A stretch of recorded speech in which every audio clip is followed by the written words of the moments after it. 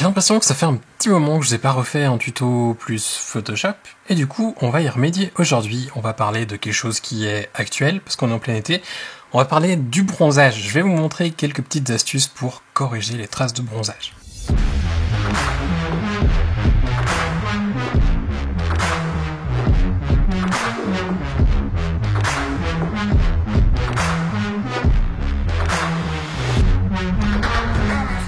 J'espère que vous allez bien. Aujourd'hui, on se retrouve pour un nouveau tuto. On va donc parler des traces de bronzage, comme je vous l'ai dit, ou des marques de bronzage si vous préférez. Je vais vous montrer quelques astuces pour les corriger ou pour les enlever complètement selon ce que vous avez envie de faire, parce que oui, la retouche, c'est assez personnel quand même. Et j'ai pas envie de vous dire qu'il faut les enlever tout le temps, c'est juste que si ça devait vous arriver une fois d'avoir besoin d'atténuer ou d'enlever des traces, vous savez comment le faire grâce à ces quelques petites astuces que je vais vous montrer maintenant. En fait, j'avais pas vraiment de photos sous la main, donc vous avez été 3 à m'avoir envoyé des photos, et comme elles étaient un petit peu différentes, je me suis dit on va en profiter et on va vous montrer 3 astuces différentes, parce que les marques de bronzage, il n'y a pas qu'une seule manière de les enlever ou les atténuer. On va commencer avec la première photo, c'est Alex qui m'a envoyé la photo. Sur cette première photo, le problème n'est pas énorme. Si on regarde un petit peu de plus près, on voit qu'on a effectivement quelques traces de bronzage ici au niveau des épaules et du haut du buste à cause du maillot de bain. C'est pas un gros problème. On va donc ici utiliser une première méthode qui est très simple et que je pense que si vous me suivez depuis un moment, vous connaissez à vrai dire déjà. Peut-être que vous avez simplement pas pensé à l'utiliser, ou alors peut-être que vous l'utilisez déjà. On va venir ici dans le panneau de calque. Si vous ne l'avez pas, vous pouvez vous rendre dans fenêtre, ensuite calque, et vous aurez la même chose.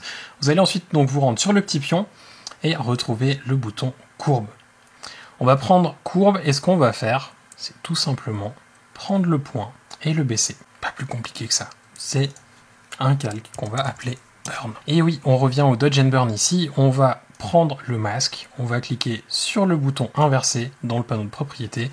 Encore une fois, si vous n'avez pas, vous le retrouvez dans fenêtre et ensuite sous propriété. Quand on a fait ça, on va prendre le pinceau B sur le clavier. Ensuite, clic droit et on va sélectionner un pinceau doux avec un flux assez faible. Si vous n'avez pas envie de vous fatiguer et que vous voulez employer les mêmes pinceaux que moi, vous pouvez vous rendre sur store.quentindescaillers.com. Le lien est en description et vous pouvez accéder aux premiers pinceaux ici, les pinceaux basiques gratuitement.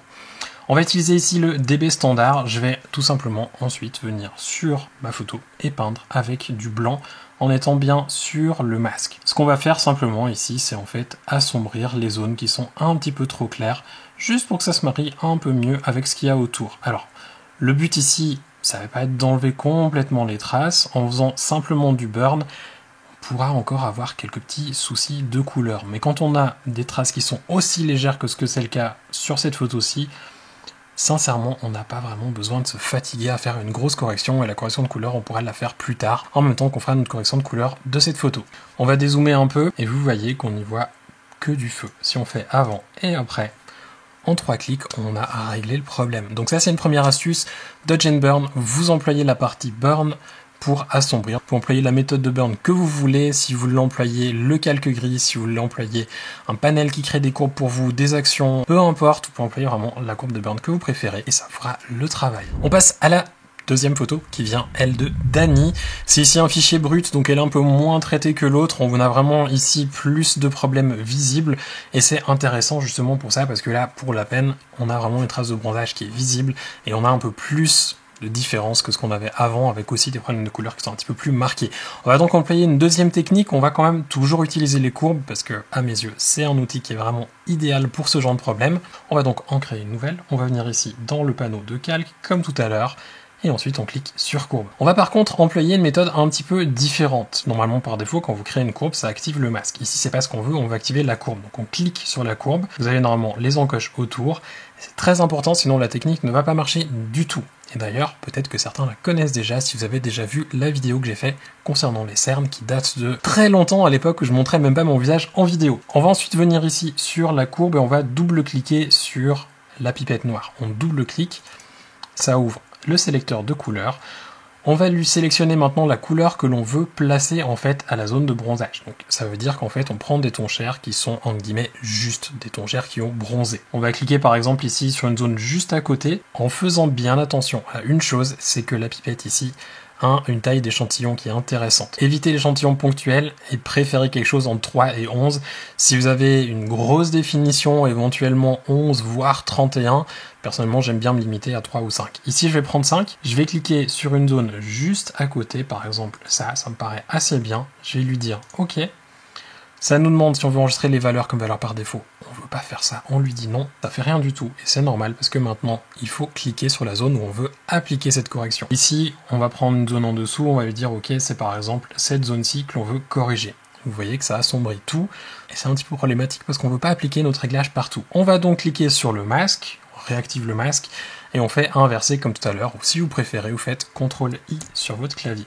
Ensuite, on va faire comme avant, on va peindre sur la zone. Alors je vais appuyer sur R sur mon clavier pour faire pivoter l'image dans un sens qui est un petit peu plus pratique pour moi pour retoucher sur la tablette graphique. Je vais prendre le même pinceau que tout à l'heure. C'est déjà pas trop mal, mais comme on voit certaines zones qui sont plus claires, la correction n'est pas forcément très bonne. On va donc revenir sur ce qu'on a fait tout à l'heure, on clique sur la courbe, et on va cette fois-ci sélectionner pas le curseur noir, mais le curseur blanc. On double-clique sur le petit curseur blanc. On va là encore une fois sélectionner une zone qui est assez proche, par exemple ce qu'il y a juste là. On va lui dire qu'on veut appliquer ça. On fait OK. Est-ce qu'on veut enregistrer ça comme valeur par défaut? Toujours pas. On lui dit non. Et ensuite, on va venir cliquer sur une zone un peu plus claire, par exemple ici. Si vous voyez que ça fait un effet bizarre, n'hésitez pas à recliquer plusieurs fois pour trouver une zone où du coup la correction est vraiment intéressante. Par exemple là, ça me paraît assez bien. Et ensuite, on va continuer à peindre sur le masque. Si vous avez l'impression que la correction n'est pas parfaite, vous pouvez aussi essayer de remettre le point noir autrement, c'est-à-dire que vous allez venir sur la courbe, double-cliquer sur la pipette noire, on clique à nouveau sur une zone ici à côté, donc les tons chers qu'on veut, on dit OK, non, et ensuite on va recliquer là et on essaye différents endroits comme tout à l'heure pour voir si une correction est un peu mieux. Et là, on voit qu'on a un rendu qui est pas trop mal. C'est pas parfait, mais ça a bien dégrossi le travail et ensuite on peut éventuellement aller peaufiner la courbe manuellement. C'est une des méthodes que je préfère utiliser. Sur énormément de photos, vous verrez que ça marche sans avoir à peaufiner la courbe par après. Ici, il y aura besoin d'un petit peu de travail, mais c'est aussi, on n'oublie pas, une photo brute. Normalement, si vous avez un bon traitement du fichier brut, vous arriverez à faire une correction encore plus facilement que là. Et on arrive sur la dernière photo, une photo qui m'a été envoyée par Tom. On a ici vraiment le plus gros travail sur les trois. On a une différence, on a une démarcation qui est vraiment très forte.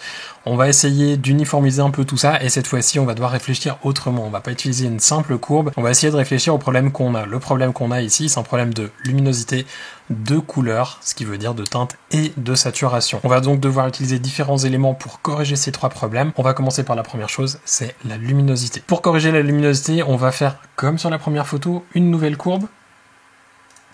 Vous savez maintenant comment faire. On pourrait tout simplement la prendre et la baisser, aller à tâtons. Mais ce qu'on va préférer faire, on va supprimer cette courbe, on va prendre l'outil lasso, donc L sur notre clavier. Faites attention de bien avoir l'outil lasso libre et ensuite on va faire une rapide sélection ici.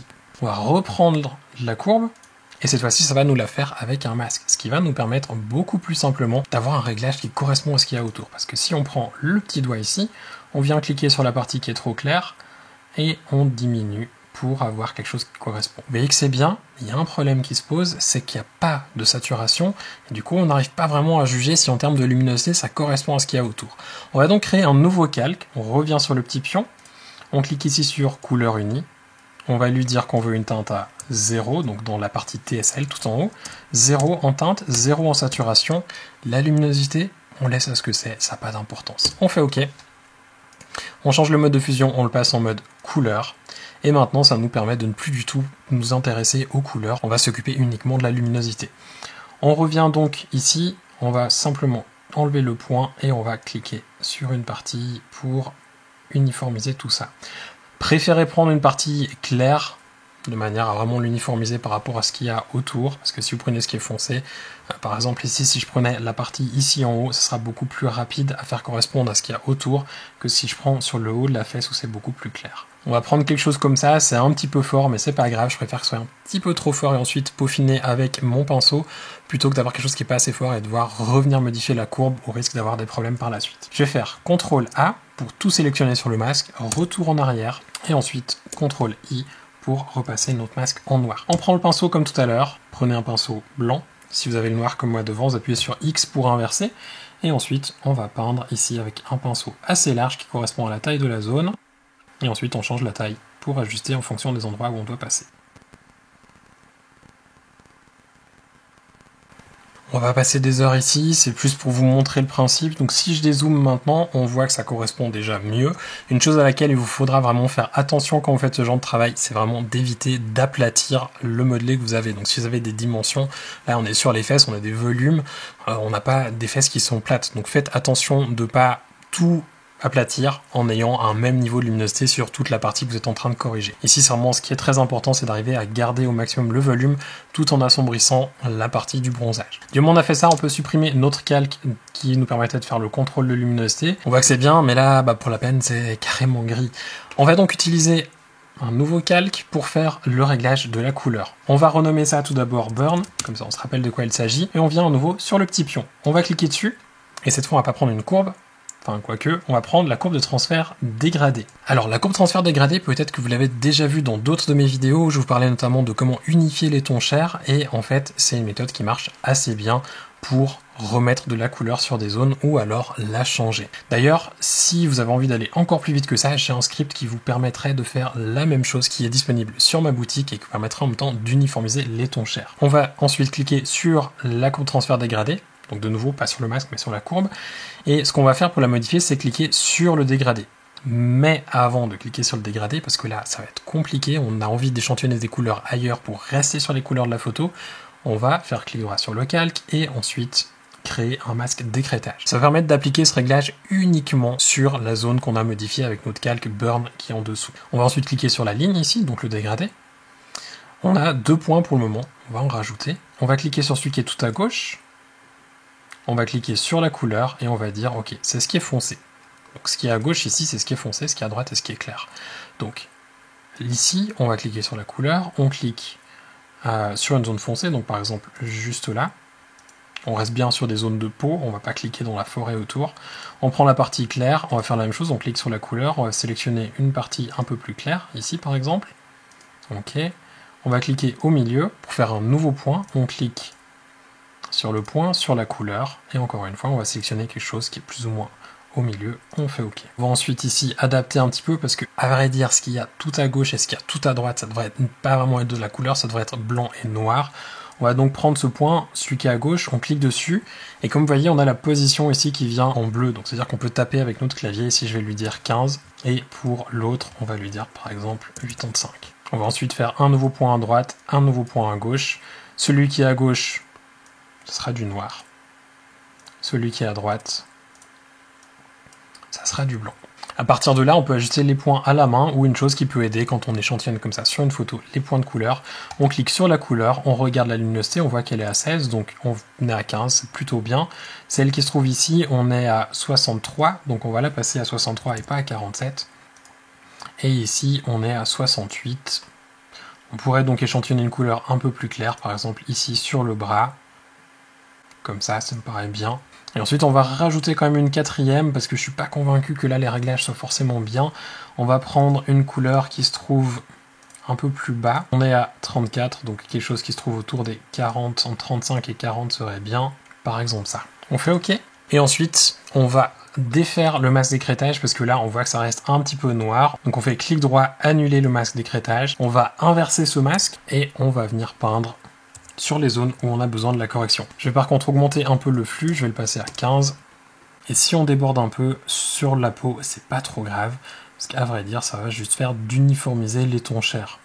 Donc là où on n'a pas forcément de couleur, ça va en remettre, et là où on a déjà une couleur, ça va adapter la couleur. Du moment où vous avez passé, pour éviter que ça change aussi la luminosité, parce que par défaut le calque change la luminosité, vous allez cliquer sur le mode de fusion normal et le passer en mode couleur.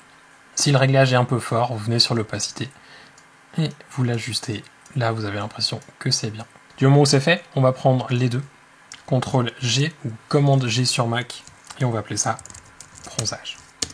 On dézoome, et si on n'a pas envie d'enlever complètement la trace de bronzage, mais juste l'atténuer un petit peu, on va cliquer sur opacité et diminuer l'opacité. Et si on préfère que ça soit complètement caché, on va la réaugmenter, éventuellement la travailler encore un petit peu pour avoir un rendu qui est vraiment absolument parfait. J'espère en tout cas que ces astuces pourront vous aider dans vos retouches. Si c'est le cas, n'hésitez surtout pas à laisser un petit pouce vers le haut, un commentaire juste en dessous. Au passage, si vous n'êtes pas encore abonné, n'hésitez pas à vous abonner avec le petit bouton qui est juste en bas par là. Cliquez sur la cloche aussi, comme ça vous serez notifié de la sortie des prochaines vidéos. Je vous souhaite de passer une belle journée et je vous dis à bientôt. Ciao.